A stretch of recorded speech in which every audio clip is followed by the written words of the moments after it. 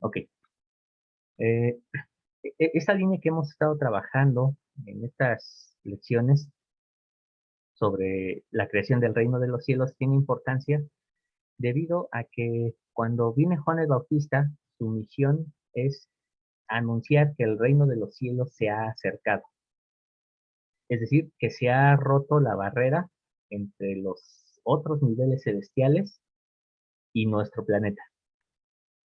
Y entonces estaban por manifestarse ciertos dones, ciertas virtudes, incluso la propia Shekinah, que es la presencia y gloria de Dios, a través del Mesías. Eh, Prácticamente era el anuncio de estar viendo a los ángeles bajar y subir con mensajes continuos. Cuando Cristo empieza su ministerio, empieza sus enseñanzas, entonces empieza a darnos un conocimiento relacionado al reino de los cielos. Y sus parábolas eh, están directamente relacionadas con estas frases, ¿no? Como el reino de los cielos es semejante a, y esa expresión no es parte de la parábola, es solamente la presentación de la parábola. ¿Qué quiero decir con esto? Que la expresión el reino de los cielos es una realidad. Y lo interesante es que cuando Jesús mencionaba las parábolas, no lo hacía eh, usando alegorías o metáforas de animales como una especie de fábula, sino que lo hacía con parábolas sobre el mundo real, aun cuando usaba una semilla de mostaza, monedas, todo estaba en relación a un proceso real de la vida. ¿Por qué? Porque el reino de los cielos es real, es un proceso de la vida. Entonces no es algo simbólico, no es algo inmaterial. El reino de los cielos es material y existe y abarca un universo que nosotros no podemos apreciar a simple vista, porque no es solamente algo que vemos a nuestro alrededor, sino lo que no vemos y aún lo que está fuera de nuestro mundo, pero que está en relación al nuestro. Entonces, esto que hemos estado analizando, veíamos cómo se conformaba el término cielos y decíamos que se encuentra la presencia de agua y fuego, que son elementos que van a estar perdurando a lo largo de las escrituras, mostrándonos cómo nosotros estamos relacionados directamente con esos dos elementos. Dentro de nosotros también hay agua y fuego. Eh, Como sabemos, y muchos comerciales de aguas purificadas lo dicen, nosotros estamos conformados, si no me equivoco, por ahí de aproximadamente 60% de agua. Entonces es una cantidad bastante grande de nuestro ser. Nosotros somos agua en gran proporción, pero también somos electricidad. Somos energía, propiamente fuego, hablando como elemento esencial, pero se manifiesta en nosotros como una energía eléctrica. Nuestras células, nuestros pensamientos, incluso lo que oímos y vemos, entra a nuestro cuerpo y se transforma en energía que va directamente al cerebro, el cual es agua, y ocurren una serie de mecanismos eh, electrolíticos dentro de cada uno de nosotros. Entonces no es de extrañarnos que el reino de los cielos esté dentro y fuera de nosotros, que era lo que veíamos en una escritura precisamente de el Evangelio Apócrifo de Tomás. Entonces, aprendiendo de nosotros, aprendemos del reino. Y cuando aprendemos del reino, aprendemos cómo vivir en él. Esa es la importancia que tiene también el libro de Bereshit o de Génesis, que al aprender todos estos elementos de origen, empezamos a comprender nuestro origen personal y empezamos a tener dominio de nosotros mismos y no dejamos que otros dominen sobre nosotros, o incluso que las situaciones, los accidentes de la vida tengan poder sobre nosotros. Nos convertimos en nuestros propios agentes y eso es lo que nos ayuda a crecer y elevarnos, a ir creciendo en estos niveles de conciencia de los que hemos hablado, que a final de cuentas no es otra cosa sino el mismo reino manifestado en diferentes etapas.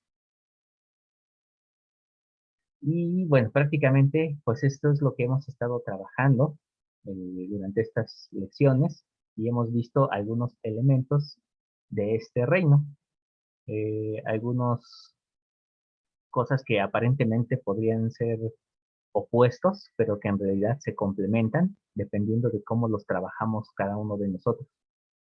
Eh, y podíamos ver cómo incluso la muerte es parte de la vida y no es que la vida se acabe con la muerte, simplemente son dos caras de la misma moneda. Y esta dualidad está presente en todas las cosas y es parte de de la existencia de Dios, perdón, porque la dualidad coexiste en él. Y esto es lo que a nosotros nos ayuda a crecer.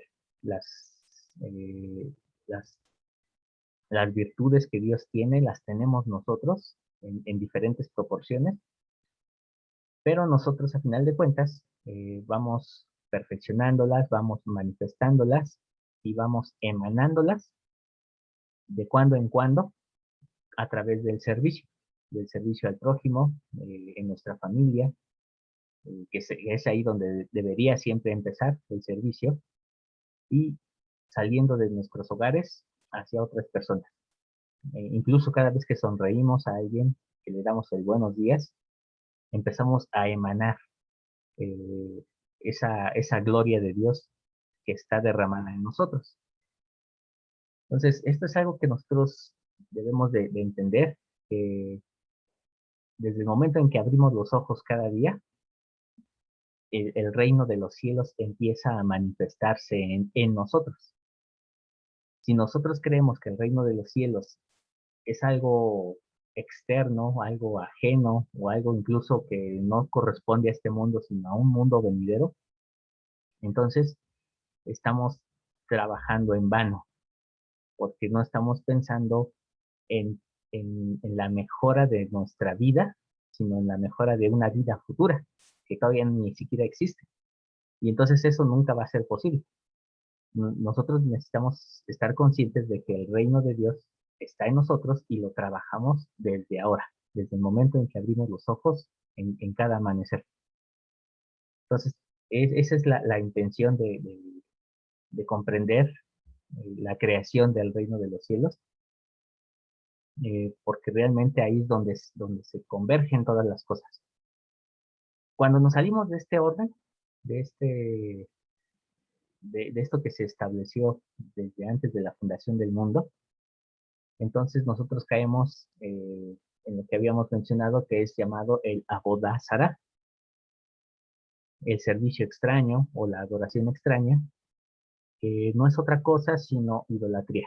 Hoy vamos a profundizar un poquito sobre esto porque eso es lo que nos va a ayudar a entender el diluvio. Y decíamos que el Abodázara no es otra cosa, no es propiamente la adoración a las imágenes. Eso ya es una manifestación un poco más material.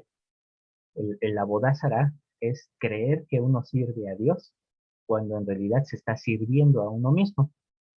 Y esto surge porque no hemos salido de la etapa del Malkut, de, del, de la Sefirot, la que está más hasta abajo, y seguimos enfrascados en el yo, en el primero yo, después yo y en el último yo. Desafortunadamente hemos crecido muchos de nosotros en esta filosofía del mundo actual. Eso es lo que se enseña, lo que se cree, que primero tú, luego tú y por siempre tú. Y lo único que estamos haciendo con ese pensamiento es fomentar el egoísmo. Cuando hacemos eso, entonces comienza el abodázara, la adoración extraña. porque aunque nuestro cuerpo está en la iglesia o en los templos, o incluso nuestras rodillas están dobladas en el piso, nuestros pensamientos están enfocadas en mí, en primero yo y luego yo. Y ahí es donde ya comienzan los problemas, porque comienzan la manifestación de la codicia en diferentes aspectos. La avaricia, los robos, eh, las fornicaciones, incluso la adoración a las imágenes ya es como que la última de las formas de idolatría que existe, que es solamente una justificación de que no queremos ser castigados. Si yo le oro a la imagen, quedo bien con la imagen y entonces me evito el castigo. Y es una forma, una manifestación más del egoísmo, entre muchas otras que podríamos mencionar. Y por eso es que terminábamos diciendo que debemos de tener cuidado con nuestras ventanas, con aquellas cosas que permiten la entrada y la salida de esas imágenes, sonidos, sabores, tactos que podemos percibir eh, y que entran a nuestro organismo y se convierten en energía. Cuando esa energía es mala y está en nuestro organismo, si seguimos fomentándola, entonces lo único que vamos a emanar es energía negativa, la cual se conoce en el judaísmo como mal de ojo. Y esa energía negativa no es solamente más que el mal deseo hacia las personas, que les vaya mal a las personas. Y en lugar de ser una bendición para ellos, nos convertimos en una maldición o en una piedra de tropiezo, en el mejor de los casos.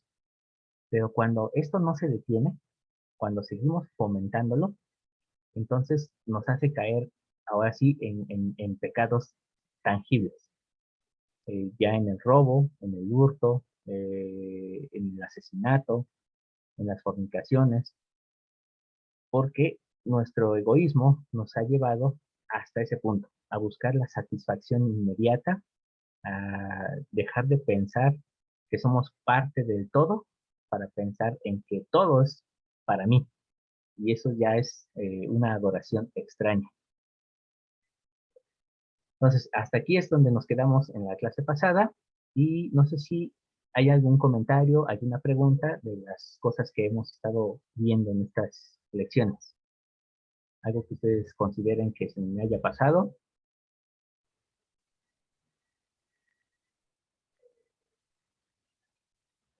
Hermano Juan, no me quedó muy claro lo de las ventanas y creo que ya inclusive había visto el video que puso usted en YouTube, perdón, pero no, no me queda claro lo de las ventanas. ¿Me lo podría volver a explicar de favor? Claro que sí, hermana. Gracias. Bueno, generalmente en el judaísmo se emplea como puertas. Se dice que hay puertas en nuestro organismo que permiten entrar y salir. Yo prefiero el término ventanas y hay algunos otros grupos judíos que aceptan mejor el término ventanas, porque una ventana es algo que se puede limpiar o se puede empañar y de la misma forma no puede permitir una entrada material, una entrada física, pero también entradas espirituales, algo que no se manifiesta mucho en una puerta propiamente. Entonces, le llamamos ventanas porque es algo que nos permite tener el contacto con el exterior, pero al mismo tiempo el exterior tiene contacto con el interior. Entonces, cuando nuestras ventanas están expuestas, cuando nosotros salimos a la calle, nosotros podemos llevar nuestras ventanas limpias, pero a lo largo del día esas ventanas se empiezan a empañar, se empiezan a ensuciar. Y esas ventanas son nuestros sentidos. El oído, el olfato, el gusto, el tacto. eh, son las formas en las que nosotros conectamos con el mundo exterior. Cuando nosotros permitimos o recibimos lo malo del mundo exterior, lo único que estamos es alimentándonos de energía negativa. Estamos alimentando nuestro ser eléctrico de energía que destruye. Y eso es peligroso porque prácticamente nosotros lo que hacemos es eh, alimentarnos y nutrirnos de eso. Y sí, efectivamente, o sea, nuestras ventanas son nuestros 5 sentidos. Pero incluí también las piernas o los pies propiamente, porque representa la movilidad.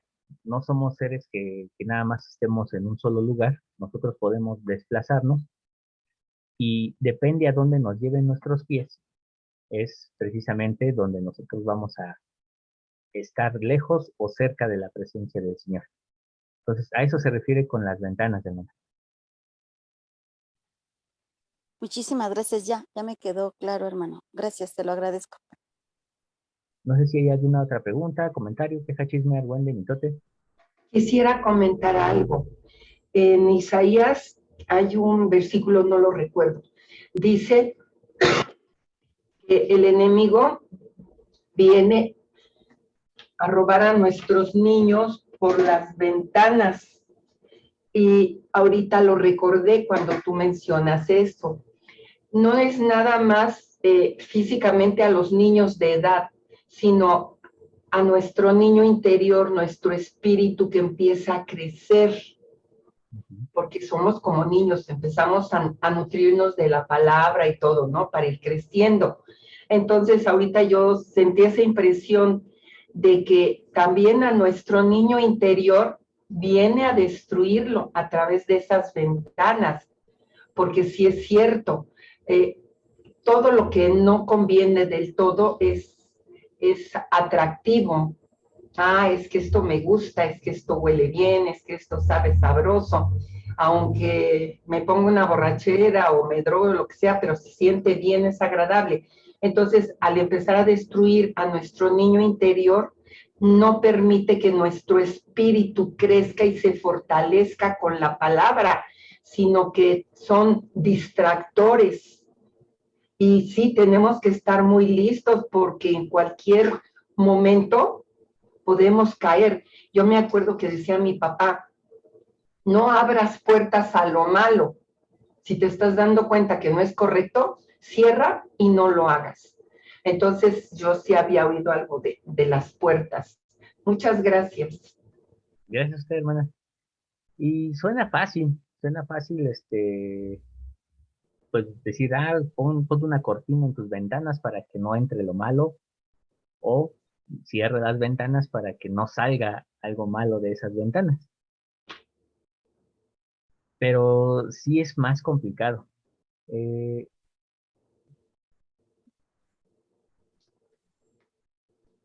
Hermana Eugenia, usted hace una pregunta muy importante. Bueno, no sé si pregunta o comentario, pero dice, aquí entraría la palabra de sabiduría. Muchas veces en el mundo cristiano, usamos citamos las palabras del Mesías, donde dice que no es lo que entra al hombre lo que lo contamina, sino lo que sale. Y eso es lo que contamina al hombre. Y ahí a veces, muchas veces se justifica el hecho de que podemos comer de todo, sin importar, siempre y cuando hagamos una oración antes, ya todo lo hemos bendecido y podemos comerlo. En realidad, eh, el mundo en el que actualmente vivimos ha caído tanto, estamos en una condición tan enferma que incluso lo que comemos materialmente afecta espiritualmente. Eh, el, el- el veneno, mi veneno favorito, que es mi droga, es el azúcar. Eh, y, y estoy consciente de que yo soy adicto al azúcar, Y entonces yo no puedo decir que voy a vivir en una vida de santidad y que voy a buscar acercarme o ser semejante a mi Padre Celestial cuando tengo una adicción al azúcar. Entonces, los alimentos forman parte del cuidado de nuestras ventanas. Decíamos que no solamente lo que decimos, porque también eso es parte del sentido del gusto, que nosotros gustemos de hablar mal de alguien, y es interesante que el habla pertenece a la boca, ¿no? Donde podemos tener este sentido. Se entretejen muchas cosas y qué bueno que lo menciona, hermana, porque el reino de los cielos es eso, es la combinación de la parte material con la parte espiritual. No debemos de pensarlo nunca como cosas separadas, como de que la palabra de sabiduría es nada más para que tengamos salud en el ombligo y médula en los huesos. En realidad eso tiene una repercusión espiritual. Y sí, sí es parte del cuidado de nuestras ventanas. Así como también puede ser el cuidar nuestro oído de que no esté lleno de cerilla, y podría parecer una frivolidad, pero en realidad si no escucháramos eh, con una buena calidad, pues entonces no habría fe, porque la fe viene por el oír. Y entonces empezamos a hacer enlaces entre una cosa y la otra y vemos que realmente todo el reino de los cielos estaría frustrado si los seres humanos estuviéramos enfermos. Y estamos enfermos porque no hemos puesto el cuidado necesario en nuestras ventanas. Muy bien, pues este es un tema que viene a alusión porque estamos a punto de entrar en una nueva eh, era de estudio. Vamos a hablar sobre los tiempos de Caín, los tiempos de Enoc y los tiempos de Noé. Y entonces esto se pone más complicado, más interesante, pero ya tenemos estas bases, ya tenemos el por qué surge la idolatría, ya tenemos qué es el reino de los cielos, cómo opera el reino de los cielos, a través de qué fuerzas, y cómo esas fuerzas están dentro de nosotros y podemos reunirlas para bendecir o para maldecir.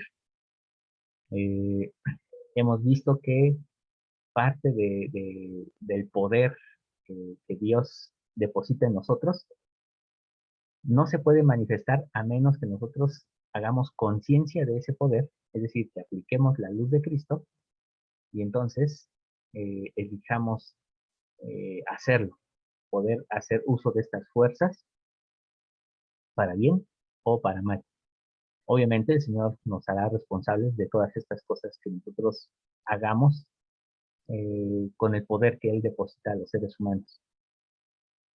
Eh, todo esto es el reino de los cielos, es la forma en la que el Señor crea este mundo en un perfecto equilibrio y precisamente ese equilibrio es un equilibrio magnético. La Tierra gira, decíamos en las clases pasadas, la Tierra gira sobre su eje alrededor del Sol, eh, gracias al magnetismo que la mantiene en su órbita, a la fuerza que le permite dar giros, y lo hace en perfecto orden. Eh, pero también se puede salir de ese orden, existe esa posibilidad, y de la misma manera en que la Tierra puede salir de ese orden natural, nosotros también tenemos un equilibrio magnético que los científicos, y esto no es solamente teología, es ciencia, los científicos han comprobado que el equilibrio magnético humano es exactamente igual al equilibrio magnético de la Tierra, que es, si no me equivoco, 9.3 MHz. Entonces, cuando una persona no puede dormir, cuando tiene estrés, es porque se sale de esos rangos y empieza a tener problemas de salud. Nos comenta la hermana Yarly, el enfermo siente su infelicidad y necesita complacerse artificialmente, de forma material. Las personas sanas sienten la felicidad viven satisfechos y con ello irradian bienestar a todos los que lo rodean. Así es. Entonces, ese es el gran secreto de la medicina, darnos una satisfacción artificial. Entonces, está a punto de cerrarse la sesión, la cierro de una vez y comenzamos en la siguiente, o más bien continuamos en la siguiente, ¿vale?